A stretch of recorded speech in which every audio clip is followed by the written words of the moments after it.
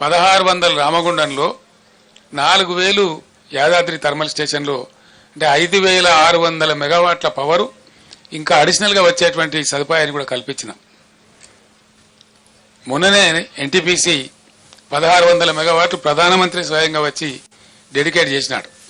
నేను వాళ్ళు ఎంబడబడి తరిమి దాన్ని చేయించిన ఆ రోజు 10 సార్లు నేను రామగుండం వెళ్ళి మీకు ఏం కావాలో రాష్ట్ర ప్రభుత్వం నుంచి ఏం సహకారం కావాలని చెప్పి అడిగి పర్సూ చేసి దాన్ని కంప్లీట్ చేయించినాం. అప్పుడు మొన్న వచ్చింది అది. మన ప్రైమ్ మినిస్టర్ వచ్చి దాన్ని డెడికేట్ చేసినాడు. ఇప్పుడు ఆ సప్లై కూడా యాడ్ అయింది. అంటే మా ప్రభుత్వం ఉన్నప్పటికంటే ఇంకొక 1600 మెగావాట్లలో 85%. ఎన్టీపీసీ ఏం చేస్తుందంటే ఏ రాష్ట్రంలో ఉందో, ఏ రాష్ట్రం కోసం కట్టినరో దానికి 85% ఇస్తుంది, 15% ఏమో వాళ్ళు నేషనల్ కోసం తీసుకుంటారు.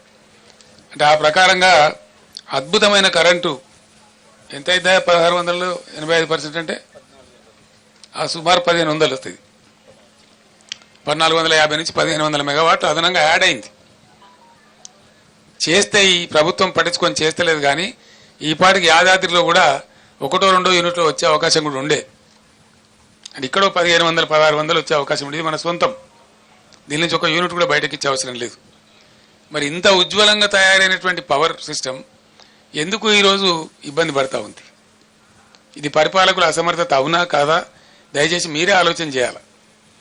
ఇది పని చెయ్యలేనటువంటి, పని చేతగానటువంటి ఒక అసమర్థ ప్రభుత్వ విధానం అనుకోవన్నా దీన్ని ఏ విధంగా అర్థం చేసుకోవాలా? లేదు అంటే మనకు దరిద్రం ఉందంటే అర్థం చేసుకోవచ్చు. ఉండి దరిద్రం ఎందుకండి? ఏం కారణం చేత? ఇంకోటి మనకు మీ తర్వాతనండి, అంత గుర్తించడం అవసరం లేదు. రాహుల్ చెప్తాం, నో ప్రాబ్లం. ఇంత అద్భుతమైన పవర్ సిస్టమ్ ఎందుకు ఫెయిల్ అవుతా ఉంది రాష్ట్రంలో? 7 ఏళ్ళు నడిచినటువంటి సిస్టమ్, 7 ఇయర్స్ అద్భుతంగా అందరికీ అందుబాటులో ఉన్న కరెంటు స్విచ్ ఆఫ్ చేసినట్టుగా ఎందుకు మాయమైంది?